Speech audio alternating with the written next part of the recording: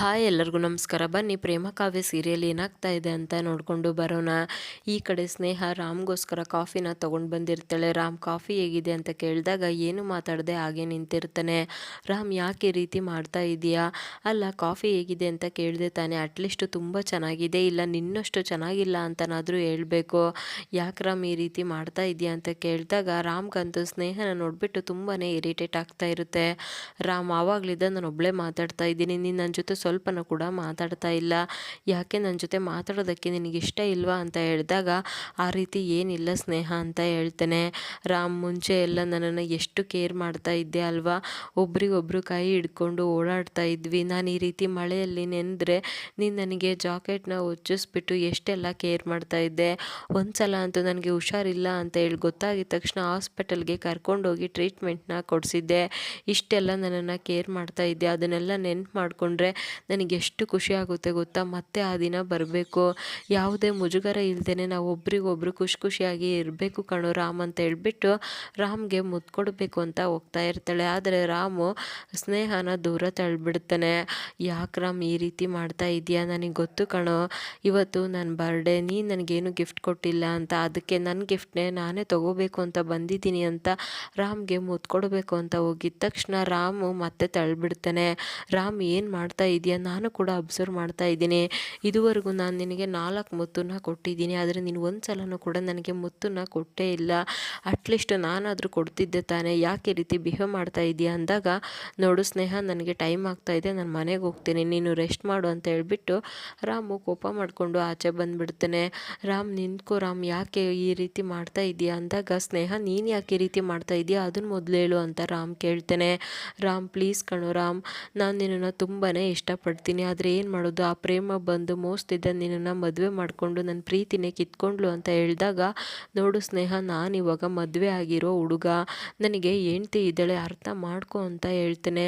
ರಾಮ್ ಏನು ಮಾತಾಡ್ತಾ ಇದೆಯಾ, ಆ ಪ್ರೇಮ ಸುಳ್ಳು ಹೇಳಿ ನಿನ್ನನ್ನು ಮದುವೆ ಮಾಡ್ಕೊಂಡಿರೋದು ಅಂತ ಹೇಳಿದಾಗ, ಏನಾದರೂ ಆಗಿರಲಿ ಪ್ರೇಮ, ಅದು ಮದುವೆ ಅನ್ನೋದು ಒಂದು ಪವಿತ್ರವಾದ ಸಂಬಂಧ, ನಾನು ಅದನ್ನು ರೆಸ್ಪೆಕ್ಟ್ ಮಾಡ್ತೀನಿ.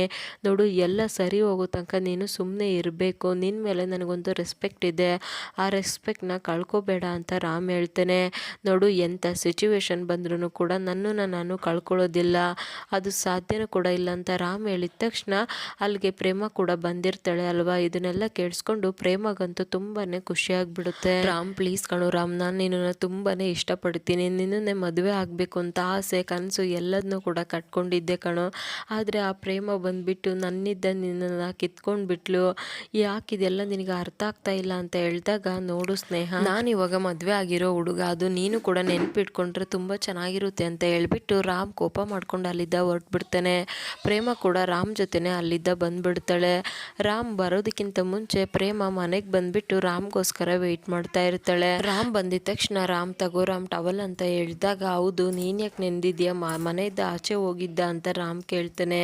ಸರಿ ಆಯಿತು, ಮೊದಲು ನೀನು ತಲೆ ಒರೆಸ್ಕೊ ಅಂತ ಹೇಳ್ಬಿಟ್ಟು ರಾಮ್ ಅಲ್ಲಿದ್ದ ಹೋಗಿದ ತಕ್ಷಣ ಪ್ರೇಮಗಂತೂ ರಾಮ್ ಕೇರ್ ಮಾಡ್ತಾ ಇರೋದನ್ನ ನೋಡಿಬಿಟ್ಟು ತುಂಬಾ ಖುಷಿ ಆಗ್ಬಿಡುತ್ತೆ.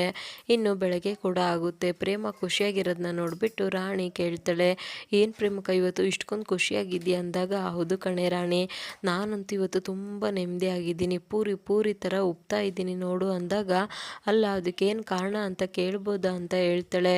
ಏನು ಗೊತ್ತಾ ರಾಣಿ, ನಿನ್ನೆ ಆ ಸ್ನೇಹದು ಬರ್ಡೇ ಪಾರ್ಟಿ ಇದೆ ಅಂತ ರಾಮ್ ಹೋಗಿದ್ದ ಅಲ್ವಾ, ಸಡನ್ ಆಗಿ ಮಳೆ ಬಂತು, ಪಾಪ ರಾಮು ರೂಮಲ್ಲೇ ಲಾಕ್ ಆಗಿಬಿಟ್ಟಿದ್ದ, ನಾನು ಕೂಡ ಎಷ್ಟೊತ್ತು ಅಂತ ಕಾಯಲ್ಲಿ ಕೋಪ ಮಾಡಿಕೊಂಡು ಆಟೋ ತಗೊಂಡು ಸೀದಾ ಆ ಸ್ನೇಹ ಬರ್ಡೇ ಪಾರ್ಟಿ ಇತ್ತು ಅಲ್ವಾ ಅಲ್ಲಿಗೆ ಹೋದೆ. ನೋಡಿದರೆ ಅಲ್ಲಿ ಆ ಸ್ನೇಹ ನನ್ನ ರಾಮ್ ಜೊತೆಗೆ ಎಷ್ಟು ಕೆಟ್ಟದಾಗಿ ಬಿಹೇವ್ ಮಾಡ್ತಾ ಇದ್ಲು ಗೊತ್ತಾ, ಆದರೆ ನನ್ನ ರಾಮ್ ಇದ್ದಾನೆ ಅಲ್ವಾ, ಆ ಸ್ನೇಹಗೆ ಸರಿಯಾಗಿ ಪಾಠ ಕಲಿಸಿದ್ದಾನೆ. ನಿಜವಾಗ್ಲೂ ಕಣೆ ರಾಣಿ, ನಿನ್ನೆ ಅದನ್ನೆಲ್ಲ ನೋಡಿಬಿಟ್ಟು ನನ್ನ ರಾಮ್ ಯಾವತ್ತಿದ್ರು ರಾಮ್ ಅಂತಾನೆ ಪ್ರೂವ್ ಮಾಡಿಬಿಟ್ಟ, ಅವನು ಶ್ರೀರಾಮ ಅಂತ ಹೇಳ್ಬಿಟ್ಟು ಪ್ರೇಮ ಹೇಳ್ತಾ ಇರ್ತಾಳೆ. ಇನ್ನು ಈ ಕಡೆ ಸ್ನೇಹ ಹಾಸ್ಪಿಟಲಿಗೆ ಒಂದು ಹುಡುಗನ್ನ ಕರ್ಕೊಂಡು ಅವ್ರ ಪೇರೆಂಟ್ಸು ಬಂದಿರ್ತಾರೆ.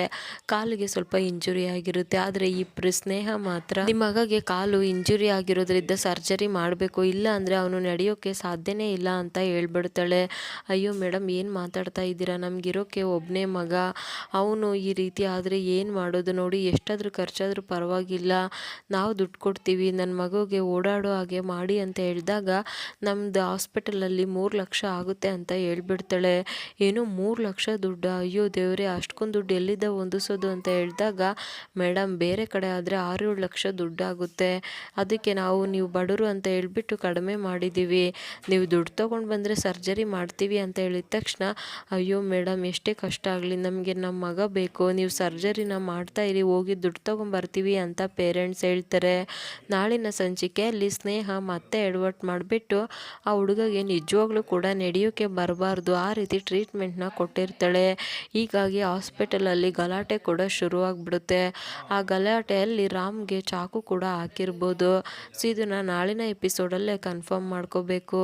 Thank you so much every one.